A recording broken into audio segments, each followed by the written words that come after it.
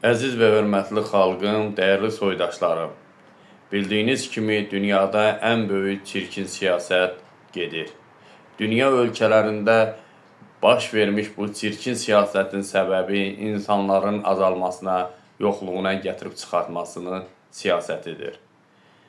Əsasən, dünya ölkələrində olan resursları əldə etmək üçün bu savaşlar başlayır. Bildiyiniz kimi, Qərbin və NATO'nun, o cümlədən Amerika Birləşmiş Ştatların qurduğu bu senar, bu oyun, Ukrayna-Rusiya savaşında Amerika Birləşmiş Ştatların Rusiyanın ərazilərində resurslara sahib olmaq, Ukrayna ərazisində torpaq və resurslara sahib olmaq siyasətinin Qara dənizə yaxın olmasını siyasətini yürüdür. Rusiya Federasiyası da bu oyunu dərindən bildiyi üçün bu müharibəni belə desək ki, uzadır. Rusiya Federasiyası tarix boyu türk dilli xalqlara, türk dilli millətlərə qarşı qətliam, soyqırım, işğalçı niyyətini aparıbdır, davam edir. İşğalçı siyasətindən Rusiya heç zaman geri çəkilməyib. Tarix boyu Rusiya milyonlarla, minlərlə, yüz minlərlə götürüb hesab edəndə milyonları gətirib ortaya çıxarsan, ən böyük vəhşilik, qətliam, soyqırım, təcavüz Rusiya tərəfindəndir. Rusiya öldürdüyü insanları öz bataqlıq əraziləri kimi bilir. Qırdığı, kəsdiyi, tökdüyü dünya ekologiyasını, meşə coğrafiyasını məhv etdiyi kimi sayır. Rusiya tarix boyu öz gücü ilə insanları öldürməkdən başqa heç bir niyyəti olmayıb, ancaq insanları öldürməkdir. Rusiyada milyonlarla insanın ölümünə səbəb olan Rus cinayətkarlarını bugün də çox sirləri açılmayıb. Rusiya tarix boyu işğalçı, törətdiyi cinayətlərin hər zaman üstünü örtübdür. Rusiya bildiyiniz kimi əsasən türk dilli xalqlara, türk dilli millətlərə qarşı qətliamı törədibdir.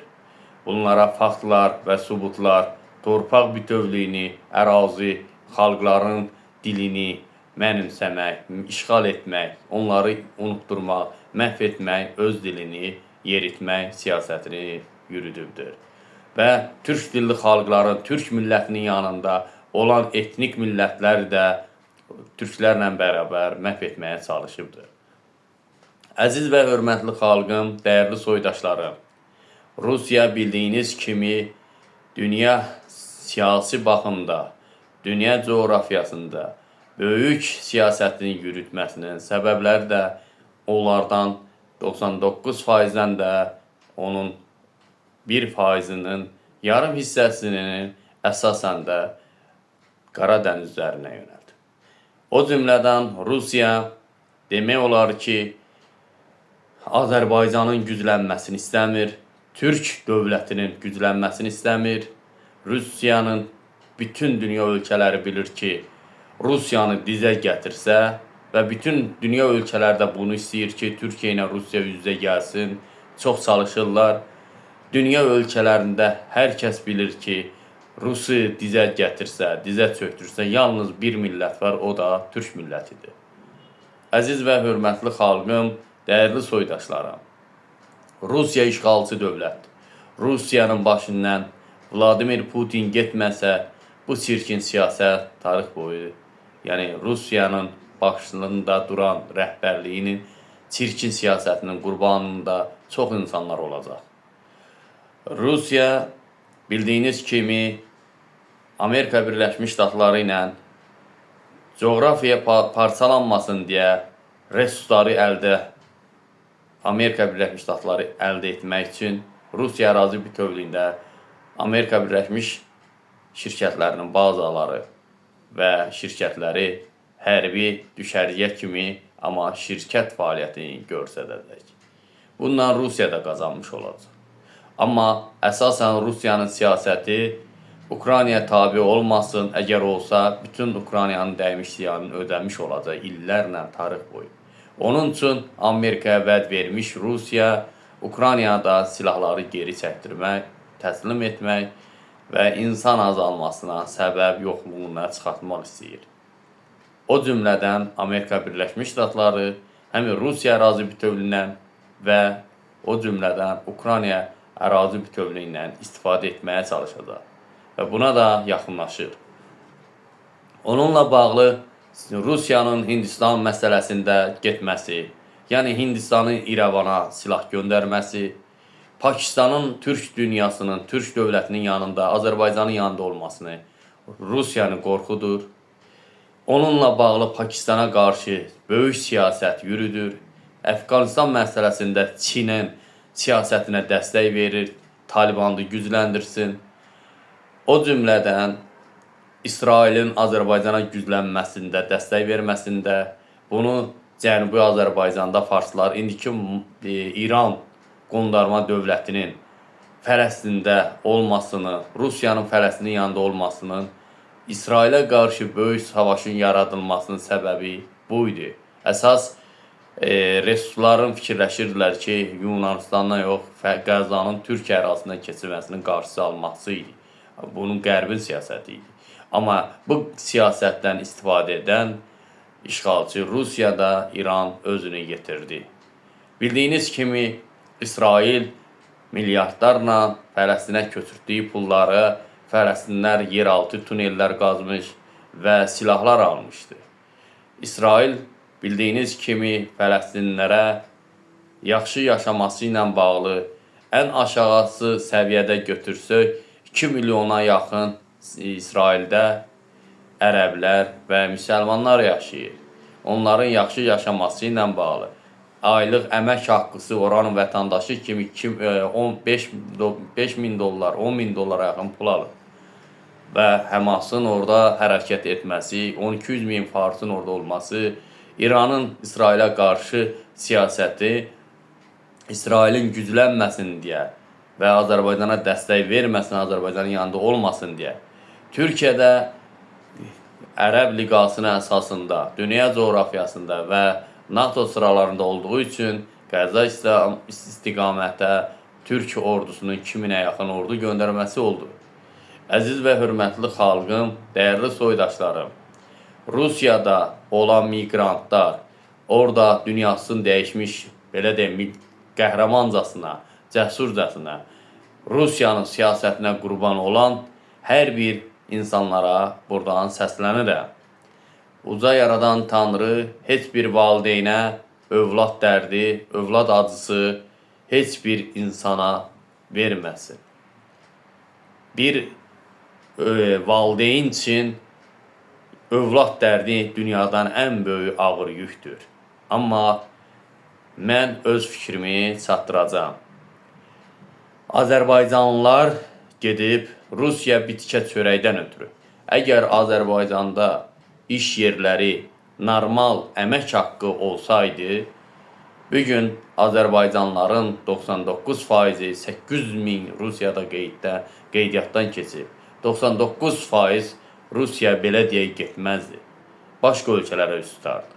Amma Rusiya həmin miqrantlara qorxu gələrək, videoda da var, axırıncı cərgədə duran insanlara tək qaldığı üçün, binada gizləndiyi üçün döyüb necə lazımdır. Sonra cərgəyə gətirir, Smirnada saxlamaq üçün insanların, orada vətəndaşların, miqrantların belə durması, qorxu şəklində, onların hədələnməsi və videoda da çəkilsə, yenə də o həyəcan, o qorxu bürüzə verir. O insanların orada axırıncı cərgədə videoda var, diqqət yetirsəniz, başın əyir belə qorxusundan. Gör nə qədər onu döyüb o Facebook.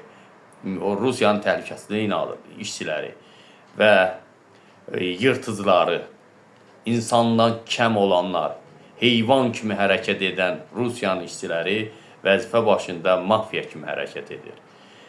Döydüyü insanlara qorxu gələrək razılaşma, ev, nə bilim, mükafat, onlar hamısı reklamdır, yalan xarakterlidir. Sadəcə öldürdüyü insanları soyuducuda saxlayır Rusiya, bəzilərinin meyitləri yol boyu meşələrdədir, vəhşicəsinə, içalatı çıxmış, başı yox, para, qolu yox, orada insan sifəti qalmayıb, aylara yem edib demək olar ki, meşə heyvanlarına yem edib meyitləri. Demək olar ki, Rusiyanın döyüşən əskərlərin vəhşicəsinə ölməsinə və miqrantları önə göndərir Ukraynada NATO'nun, Avropanın silahlarını səmaya qalxan kimi Rusiya onları vurmaq üçün əsasən miqrantları qurban verir.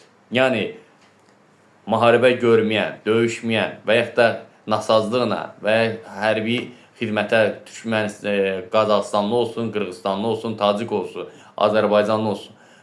Bəziləri çoxu hərbi xidməti başa vurmayıb, tikintiyə gedib çörək arxasında yaşaması, heç kəsə möhtac olmasın deyə həmin insanları Rusiya miqrant batalyonları yaradaraq, orada fərqi yoxdur, Özbək, Qazax, Qırğız, Tatar, Azərbaycan və o cümlədən qeyri-millətləri içərisində ermənilər də olmaq şərti ilə onları önə göndərərək və qurban edir. Silahın qabağına tökür, dron vasitəsilə hamısını qırırlar, məhv edirlər.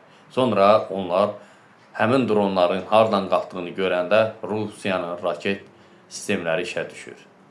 Əziz və hörmətli xalqım, dəyərli soydaşlarım, çox dərinə getməyəcəyəm. Rusiya bildiyiniz kimi tarixi türk düşmənidir. Rusiya oyun oynayır. Bildiyiniz kimi Pakistanın prezidentində gözləmə zalında 40 dəqiqə saxlamasının böyük siyasəti var idi. Rusiya ən qorxulu, ən böyük faciəsini, çirkin siyasətini İranla birləşərək Türkiyə qarşı yönəldib, Çini də Türkiyə qarşı gizlin siyasətini də davam etdirir. Bunun böyük fəsadları dünyada təbii fəlakət olmasa ən ağır savaşların başlaması deməkdir. Rusiyanın Türkiyənin dron bazasına raket atması, Türk gəmisini vurmasına, hücum etmək niyyətində olmasını, bunlar onu göstərir ki, Ukraynanın qələbəsi əsasında ən böyük arxa dayağı Türkiyədə, NATO sıralarında və Türkiyənin sayəsində Ukraynaya irəliləyişi olubdur. Rusiya bunu qəbul etmir, amma Rusiya İndi necə anlayır ki, tarix boyu türk dilli dövlətləri məhv etdin, soyqırım etdin, qətliam etdin, dillərini aldın, mənimsədin. Biz buna necə dözdük? Siz amma bir dənə Ukrayna tərəfdən Türkün dəstəyini qəbul etmirsiniz. Və siz necəsi uzun illərdir bizi soyqırım, qətliam, hadisələr yaradırsan. 2026-cı ildə də İrəvanda Rusiya öz siyasətini yeridərək, istənilən formada hakimiyyət dəyişikliyinə çalışacaq. Amerika Birləşmiş Ştatlarının heç zaman yaxın buraxmamaq üçün NATO'nun və əsasən Türkiyənin Azərbaycanda gəlməsini istəmir. Bunun üçün hər an dəyişikliklər baş verə bilər, addım ata bilər. Rusiya indi qisas alır hər kəsdə. Acılığından, yəni heç kəsi yaxın buraxmaq niyyətində deyil.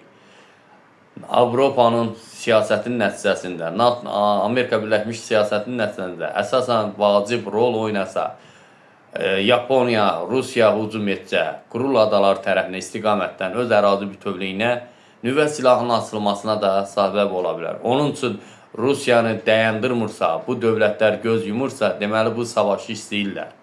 Bunlar nail olmağına, istədiyini əldə etmək üçün göz yumurlar. Çıxırlar dünya insanlığından danışaraq və Amerika Birləşmiş Ştatları hər zaman qarışdırma siyasətini yürüdüb, heç zaman seçdiyi ölkənin arxasında axıra kimi durmayıb, sadəcə Amerika istədiyini götürəndən sonra uzaqlaşır və əbədi ortalıqda düşmənçilik qoyub gedir. Qırğın qoyur, acılar qoyur, yaralar qoyur, şikəstlik qoyur, ömrü boyu əlillik qoyur gedir. Bu Amerikanın xüsusiyyətlərindən biri də budur.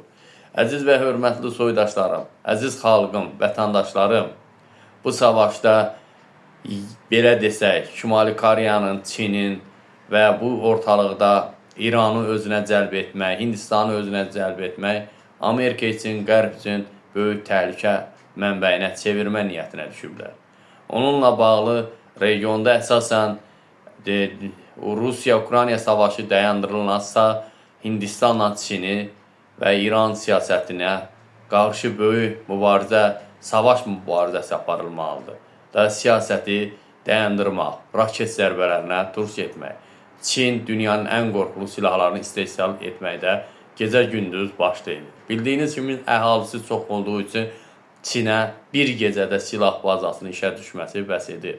Onunla bağlı əziz xalqım, dəyərli soydaşlarım, dünya siyasətində ən böyük siyasətini yürütməkdə Çinin qarşısını almaq üçün bir yol var.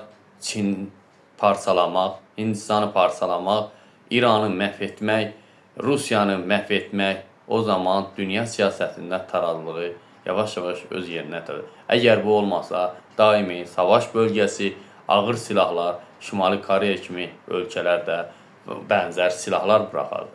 Əziz və hörmətli xalqım, dəyərli soydaşlarım, mən buradan bütün etnik qruplara, yəni Rusiyada savaşan etnik millətlərə, o cümlədən türk xalqına, türk torpağında, türk öz torpağında əsir olaraq, qul olaraq və hüquqları pozularaq türklərə buradan səslənirəm.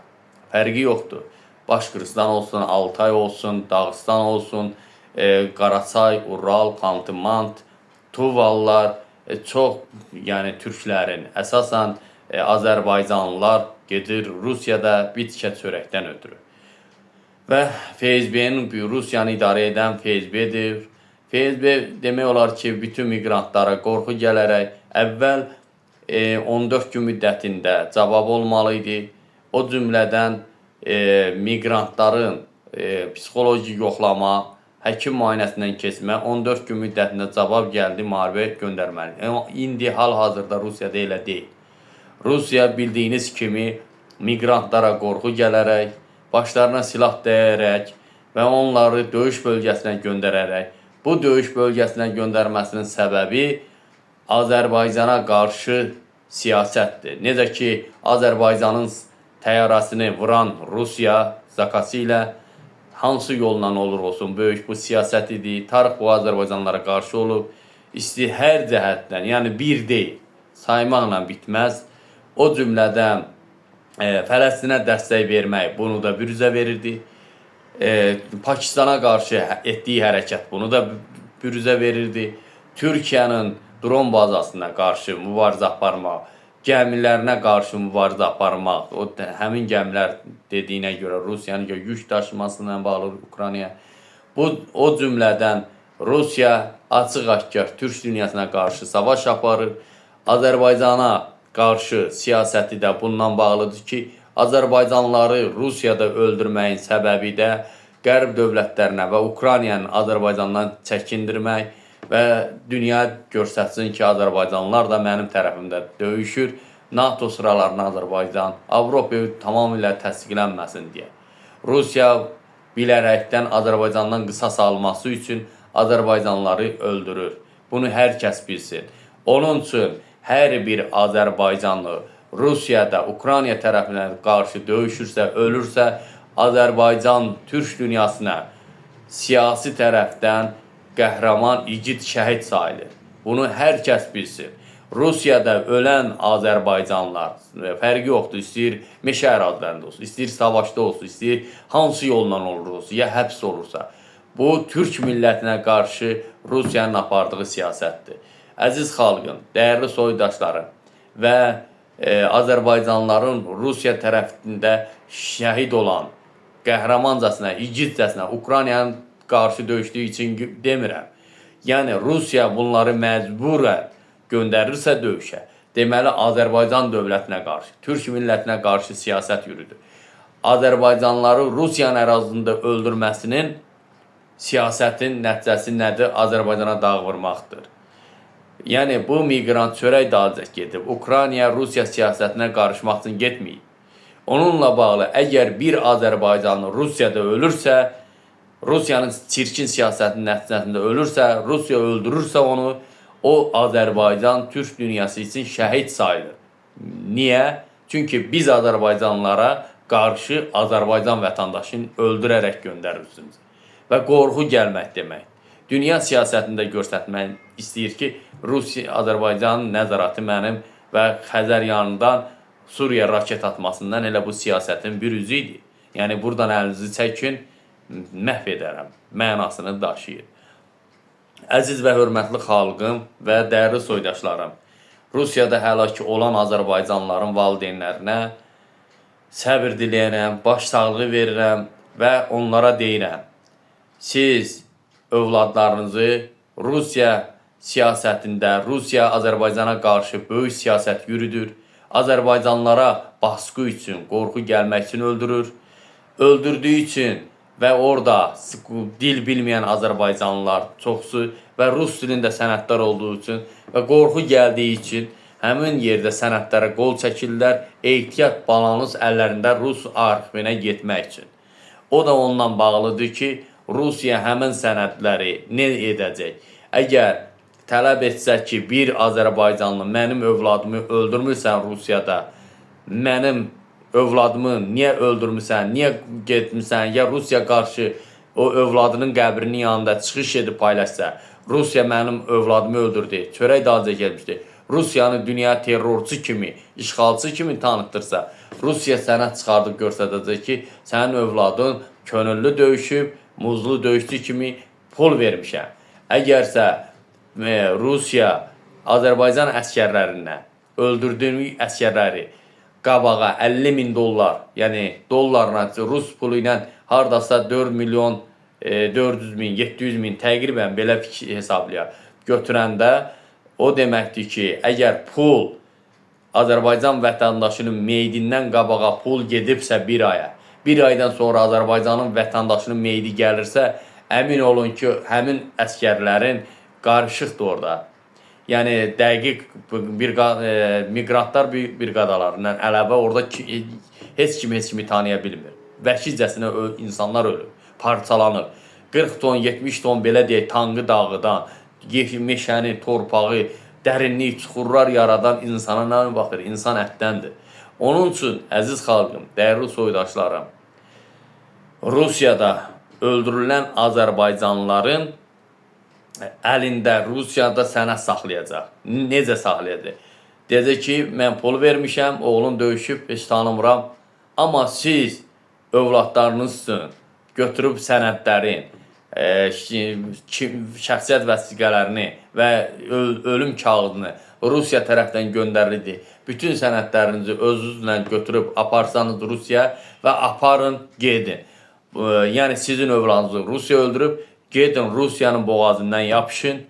İndi Allah heç bir, yəni ulu yaradan Tanrı heç bir valideynə övlad dərdi vurmasın. Dünyada ən ağır, ən böyük faciə övlad dərdidir. Ondan başqa bir dərd ola bilməz. Yəni dünyanın ən ağır dərdi budur. Yəni gözün görə insanı məhv edərlər. Əlin heç yerə çatmıyor. Ən ağır dərd budur. Yəni dənizin ortasında batırsan, gəmilər ətrafında, şarlar ətrafında insanlar sənə baxır və heç biri sənə yaxınlaşmır, əl uzatmır, səni sudan çəkmir. Bax, ən böyük dərd budur, boğulasan, millətin gözünün qabağında boğulasan.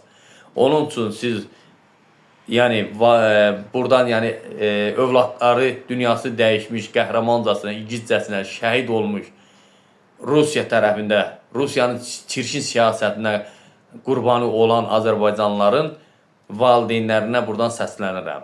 Siz gedin, yığın uşaqlarınızı, ətrafınızı, oğlunuzu, qızınızı, gəlinizi, hamısı gedin Rusiyada vətəndaşlıq alın, Rusiyanın son nəfəsinə qədər öz haqqınızı oradan alın.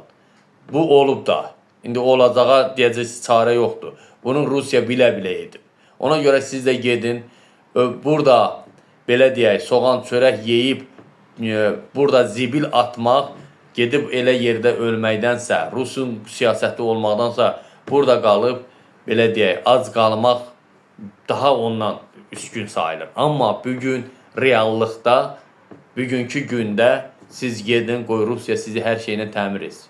Və sizin daha orada üstünlük tələb edirsin. Onda milyonlarla öldürdüyü insanların, fərqi yoxdur bütün dünyada, öldürdüyü insanların valideynləri, qardaşları kimi bir kəsi gedib Rusiyanın boğazından yapışıb yaşasa, Rusiya boğulacaq. O zaman çatdıra bilməyəcək tələbatını. Və etdiyi işlərdən peşmançılıq əgər insandırsa çəkəcək. Vicdanı varsa Rusun vicdanı olmaz. Onun üçün dünyasını dəyişmiş, yəni Rusiya-Ukrayna savaşında dünyasını dəyişmiş Azərbaycanlıların valideynlərinə, qardaşlarına səslənirəm. Gedin Rusiyada nə lazımdır tələb edin, evdə alın, yaşayın, aylıq pulunuzu da alın və Rusiyanın içərisində işləmədən yaşayın. Çünki sizin övladınızı Rusiya orada döyüşdə öldürüb. Olub, geri qaytarılmayacaq. Biri var, övladınızı Rusiya savaşında öldürə, Ukrayna ilə savaşanda öldürə və göndərə Azərbaycana və siz də burada heç işlə məşğul olmayasınız, öz işinizlə məşğul olasınız, əkinçiliklə, biçinciliklə min bir əziyyət, min bir zülm və oğlunuzun dərdini çəkəsiniz. Bu da böyük bir dərddir. Bu da böyük valideyn üçün faciədir. Və onunla tez qocalma və xəstəliyə tutulma, infarkt keçirmə, yəni övlad dərdi pisdir. Allah heç kəsə göstərməz. Amma bunun qarşılığında siz də yığın xızanı gedin Rusiya. Qoy sizi Rusiya dolandırsın. Törətdiyi cinayətlər, Rusiya terrorçu ölkədir. Bildiyiniz kimi. Əziz və hörmətli xalqım, dəyərli soydaşlarım, çox dərinə getməyəcəm. Təzə ildən yeni dalğa var. Yəni təbii fəlakətlə də bağlı, savaşlarla da bağlı. Amma yenə də deyirəm, buradan bütün Azərbaycanlılara səslənirəm. Orada Rusiya batalyonundasa Rusiya tərəfindən döyüşməyin. Ukraynadasınızsa Ukrayna tərəfində də döyüşməyin. Bacarısı silahı onlara tərəf tutun. Hər ikisinə qarşı döndərin. Çünki bunlar hər ikisi türk düşmənidir. İşğalçıdır. Amma hal-hazırda dünya siyasətindən baxanda Ukrayna dünya üçün savaşır demək olar ki. Bir gün Ukrayna savaşı olmasaydı, Rus çox fəsadlar törədərdi. Rusiya yenidən ətrafında olan ölkələri, Sovet birliyində olan ölkələri işğal etmək niyyətinə düşəcək və toplayıb yenidən ordu yaratmaq niyyətinə düşür. Onun üçün Rusiya nüvə silahlarını, atom silahlarını atmasının vaxtıdır. Yəni tam zamanıdır. Bütün dünyaya, bəşəriyyətdə, insanlığa, insan aləminə, kainata, təbiətə, hər iki canlılara səsləndirirəm buradan. Yəni dünyada super gücə sahib olanlar, Amerika Birləşmiş Ştatları və Fransa, Yaponiya, Rusiyanın bu insan qətliamının qarşısını alması üçün, insan ölümlərinin, terrorizmin qarşısını alması üçün Rusiyaya ən böyük zərbələr vurur. Bunun qarşısını alın. Daha bəsdir, yetər. Bəsdirin, buna son qoyun. İnsanlar zülmlə övlad böyüdür. Min bir əziyyətlə, həkimdən, Rusiyanın xəbəri vardı, mənim Azərbaycanlarımın həkimindən, onu yeməyindən, geyiminə, mənim tək bir dənə qohumlarımdan ikisinin dünyasını dəyişibdir. Rusiya tərəfindən, Ruslar tərəfinin siyasətinin qurbanı oldu. O uşaqlar min bir əziyyət çəkmişdi. Bu paylaşmışam, vardı. Min bir əziyyət çəkmişdi. O min bir əziyyətin qarşısında onlar bir gün görməmişdi. Onlar dərd içində idi. Onlar əzab çəkirdi, yağışda, qarda, at, susuz yaşayırdılar. Bir gün Rusiya bir tikə çörəkdən ötürü getdi və Rusiya qorxu gələrək döyüşə bastı onları. Onların valideynləri birisi nə dərd çəkir? Nə fikirdir? Qiyamət idi. Fəlakətdir. Yer, göy titrəydi onun atasını ağlamasından. Yer, göy, necə deyim, qaranlığa çevrilmişdi. O atanın, belə deyək, öldürdüyünüz valideynlərin, övladlarının, ölən övladların atalarının, o ataların, yəni hansı ata dözər buna? O ataların ahı sizi daha da dərinə salacaq. Öldürdüyünüz insanların daha da ahı sizi tutacaq.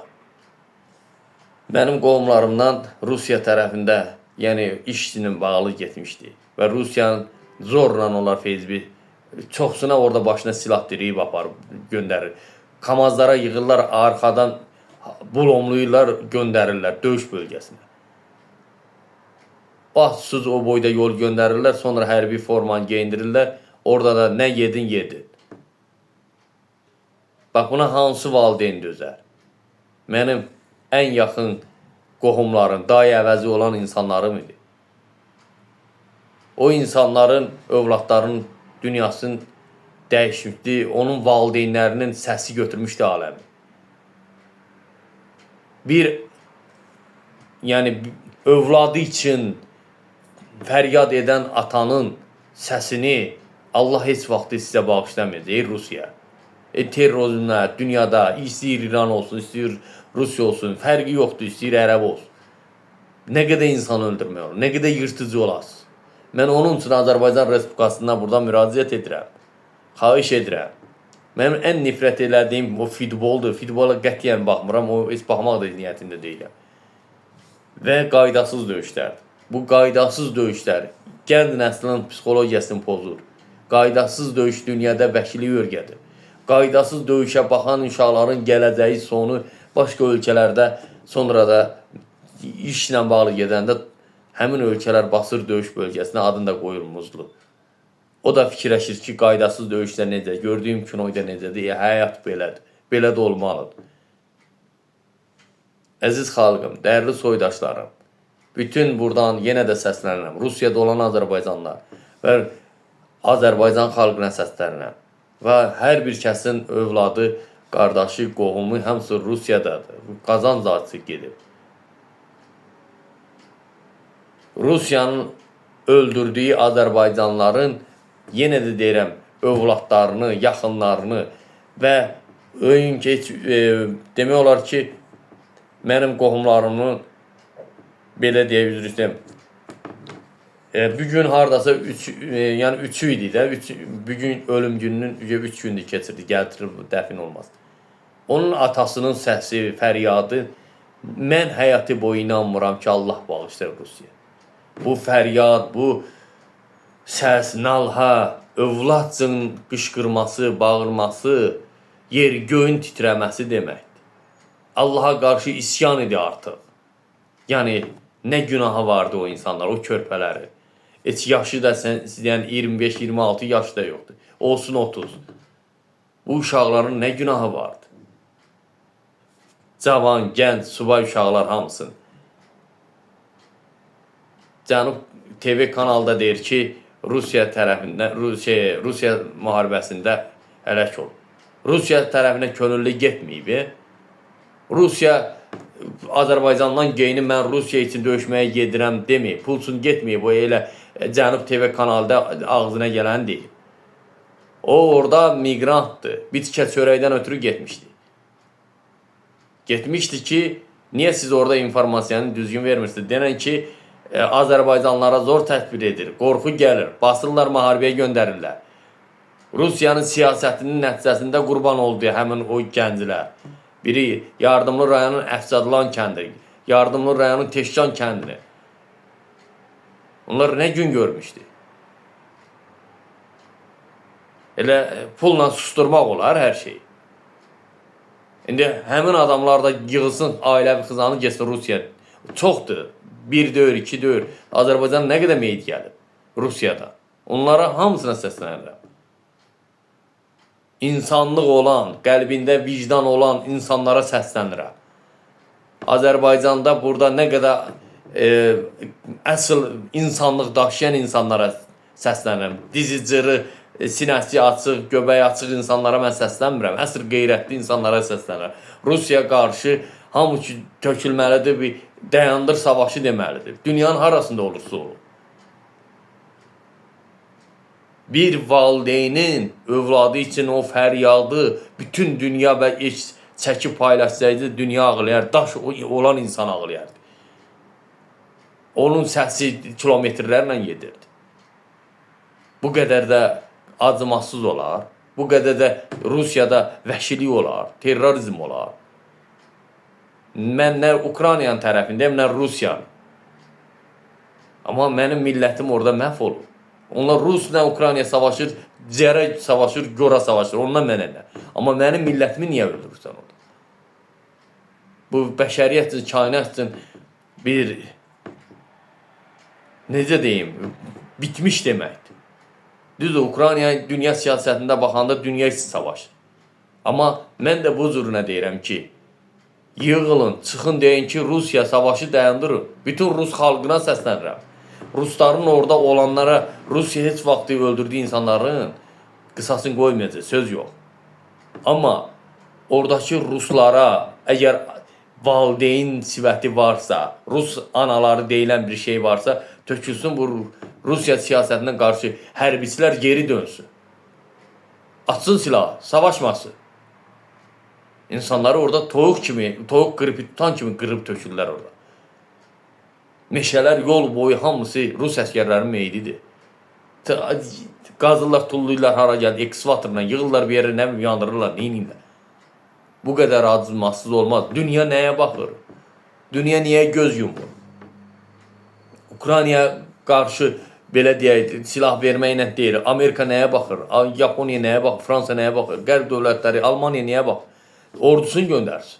Bunun qarşısını alsın. Bu insanlıq sabah sizin evinizdə gələcək o savaş. Bu sizin başınızda saxtayacaq. Bir gün qonşusunun evi yananda göz yumub söndürməyəndə sabah öz eviniz yanacaq. Bu qədər vəhşili aləmi olar. Mən baxıram, deyirəm ki, ilahi tanrım, bir dənə belə ikinci bir dünya olsun, mən çıxım gedim ora. Mən nifrət elədim, bu gördüyüm dünyaya mən gəlmişəm yaşamağa, canlı bu gözəl dünyada xoşbəxt yaşamağa, yoxsa elə gözümü açan savaş, qırğın, dəstirin də da. Bir insan sifəti olsun da, ayıb deyilmi bu qədər insanları dünya savaşı yaradırsınız, qırırsınız, zəhərləyirsiniz, silah istehsal edirsiniz. Budur sizin sülh barışı, budur dünya insanlığı. Siz nüvə silahlarını yaratmaqla, insanları məhv etmək üçün yaradırsınız. Buna bütün dünya insanları azad, sülh, sevər insanlar ayağa qalxmalıdır. Bu raketlərin istehsalına qarşı çıxmalıdır. Lazım olsa onun zavodlarını dağıdıb yandırmalıdır. Əziz xalqım, dəyərli soydaşlarım, əziz xalqım, Azərbaycan xalqı, sizə səslənirəm. Bir olun, möhkəm olun. Ən ağır günlərdir, çətindir. Hər an Tanrı göstərməsin, baş verə bilər. 98-i o tərəfəni yadınıza salın. Aclıq idi, pis vəziyyət idi. Nə qədər, düzdür, nə problemimiz var, var, hamının var. Dolana bilmirik, sosial problemlər var, torpaq məsələləri var, yaşayış tərzi sıfırdır. Bunları qəbul edirəm, demirəm, heç kəsin tərəfini tutmuram. Bir insan olacaq deyirəm. Amma bizim yaşadığımız dövrün, müasir dövrün, gənc dövrün belə sakit, belə gözəl, heç bir dünyada, ölkədə yoxdur. Bunu bilin. Az meylən Rusiyanın tərəfini sağlayın, az qərbi ölkələrin tərəfini sağlayın. Bugün reallıq budur. Somaliya baxın, Afrikaya baxın, Bangladeşə baxın. İnsan alveri, insan pozğunçuluğu yayılır. Yenə şükür edin, bir dənə birinə bir şillə vuran kimi yenə yığırsan, danışırsan, belə nə bilim, üstün silsələr də, batırsalar da yenə budur, mən danışıram, paylaşıram. Bunun özü bir azadlıqdır. Bu cür gözəl azadlığınızı qorunması üçün, düşmənlərdən bu gözəl azadlığımızı qoruması üçün bərk olun, bir-birinizi tutun və qoruyun dövlətimizi, qoruyun üç rəngli bayrağımızı, gerimizi. Bizi sevməyən düşmənlər çoxdur. Dövlətimizi qoruyun, bayrağımızı, millətimizi qoruyun. Hasant deyil, aclığı Tanrı heç bir ölkə göstərməz.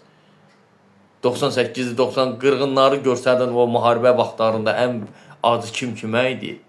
Onda kim kimin gücü çatdı, kimin evinə oğruğa gedirdi. Bugünkü günü şahsız. Baxın, bugünkü gününüzə şükür edin. Düzdür, xəstəxanalar, problemlərimiz çoxdur, demirəm, çətinliklərimiz çoxdur.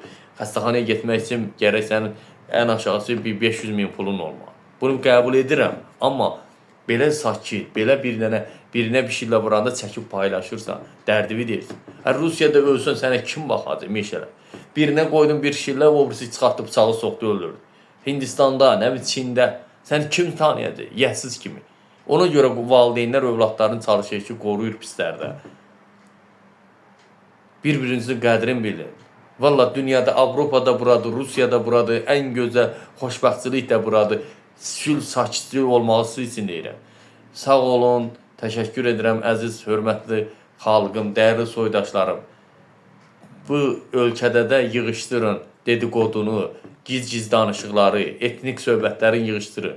Vacib dünyada insanlığa qiymət verin, insan olalım. Yaşasın Azərbaycan, yaşasın Türkiyə, bizim bugün sülhümüzü, əmin-amanlığımızı qoruyan dövlətdə.